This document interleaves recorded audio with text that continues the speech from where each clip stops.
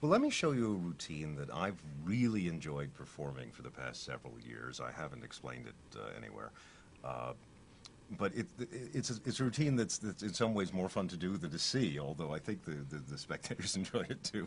Let's take a look, because I've actually taped this already with a few people. Here we are. I'm here with four nice people. That's Diana and Jean and Tom and Brandon. And I'm hoping, since I did not prepare anything, that one of you has a pack of playing cards, because I know... Oh, yes, I do. Good. Thank goodness. Now, honest to goodness, I have not touched this deck before. And the proof of that is that this says it's a pinochle deck. Is But it's not. It is a pinochle box and a regular All right, deck. because you just scared me. Yes. These look to be normal cards, Tom. What kind of a magician are you? As close to normal as I can have. But, you know, ordinarily in a card trick, the issue of the suits and stuff gets important, because usually what happens is someone picks a card and then they lose it, and then they find it again, which sort of seems to me too many steps. But in this particular case, we're only interested for the time being in the cards as physical implements, okay? And in fact, we will only use a few, just so that there's no confusion whatsoever. So 1, 2, 3, 4 cards. That's all we need. Tom, put the rest away. This will be plenty for me. I want to make this very clear, because I know that some of you have studied that sleight of hand stuff. So when I go like this and say, look, only 4 cards, you start thinking of Spain. See, mentalism and card magic do mix. But no, really, touch the edges of the cards and make sure that there are exactly 4. It's important that we know that. They're your cards, so you ought to know as much. Yeah? Okay. Just 4 cards, and as I say, we're interested at the moment, we're not interested in the faces or the values, we're interested in the counting implements. Jean, I see you have pockets, but they have flaps. Now, that means they could be pretend faux pockets, you know, just the flaps to look good, or they could be, are they button pockets or snap pockets, or, oh, Velcro. Velcro. Very modern. This is space age. All right, good. Jean, let me do this, if I may. I'm going to place the 4 cards into your pocket. Okay. All right, and then we'll Velcro it shut. How's that? That's good. All right. So Jean, you have how many cards in your pocket? 4. Okay. Without caring about the identities of the cards, I will ask you simply to name any number up to 4. And make sure it's a free choice and I didn't steer you in some way. Go ahead. What number? 2. Now, are you sure about that? Positive. And the reason I ask is I happen to know that you're staying in one of the motels near the L&L studios. Yeah. And I know that motel. The walls are thin. And I have concerns for the other people staying at the motel. Because later tonight, you are going to be sitting up in bed. And while the people in the other rooms are trying to sleep on either side, you're going to be saying, God damn it! If I'd only chosen 4!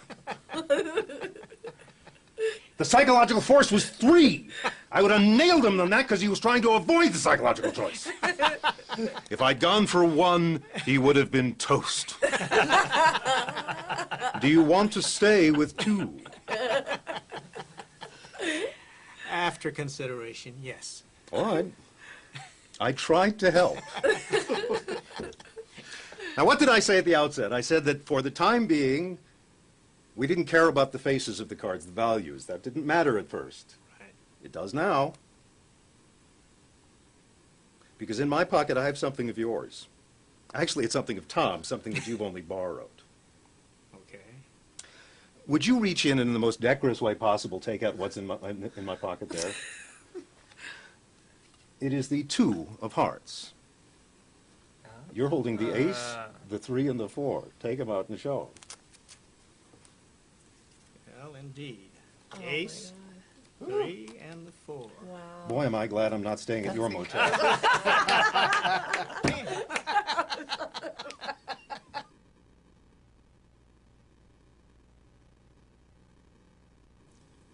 Having introduced the idea of multiple outs, let's talk for a moment about another routine that's actually not the same as what we just saw, but uses coins again, but in a slightly different direction.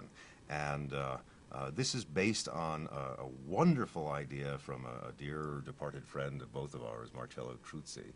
And we'll talk about it, but let's take a look at it first. Kenna, we're going to try something involving money. Do you like money? Oh, yeah. Me too. These are coins, and what I've got here is a collection of all the basic coins that are currently in circulation. We're going to play a game with these coins called Choice and Chance. Okay. Simple enough. Sounds good. I am going to make a little notation on my business card, and it has to do with your behavior in just a moment, okay?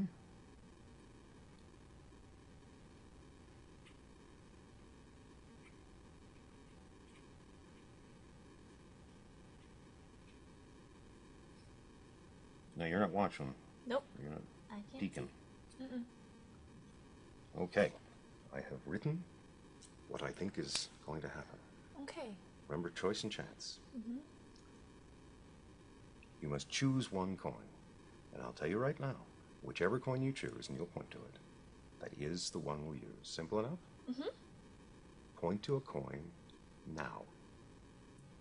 The $50. Mm-hmm. Now, did it feel fair? Yeah. Yes. That felt like a real choice? I mean, I just dumped the coins out. I didn't arrange them in any Right. particular pattern. You picked the $50. You chose the $50. I can't be more fair than that. Yes? Yes. Now, what's the name of the game? Choice and chance. Choice and chance. So I need to now, having handled the choice part, we need to go to the chance part. Okay. So here's where.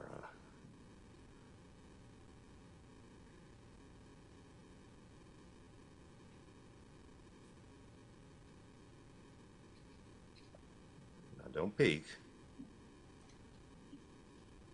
Doesn't make much difference. You won't be able to read my handwriting anyway.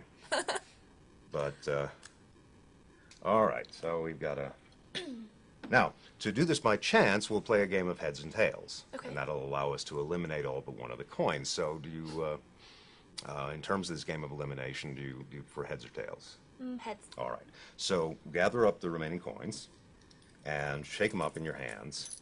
And then you'll just drop them over here. And the ones that you wanted heads, we'll keep heads? Mm-hmm. Okay. The ones that say heads up, we'll keep. And any tails, we'll eliminate. And we'll keep doing this until we're down to one coin. And that way we choose a coin by chance. Okay. Sound simple? Yep. It is simple. Let's see. The penny is tail down, and the So dime. is the dime. So we managed to get rid of 2 coins. Pick up the remaining 3. Same thing. And oh, we got rid of the nickel. Okay, Yep. we're down to 2 coins. That giant Big one. dollar and Huh? no, both heads. Okay, this could take all night, but that's all right. Okay. I got nothing to do. Oh, we're down to cheap. 1. So the quarter is now so we have chosen a $50 by choice, Right. and a quarter by chance. Okay. Would you agree that every step of the way this has been fair and according to things out of my control? Yes. All right, good, because you picked the $50, and I wrote what? Read out loud. I'll choose the $50. I know. And then for the chance result, we got the Quarter. quarter, and I Right. wrote. I'll take a chance on the quarter. Well, Wow, you played okay. that perfectly. Thank you.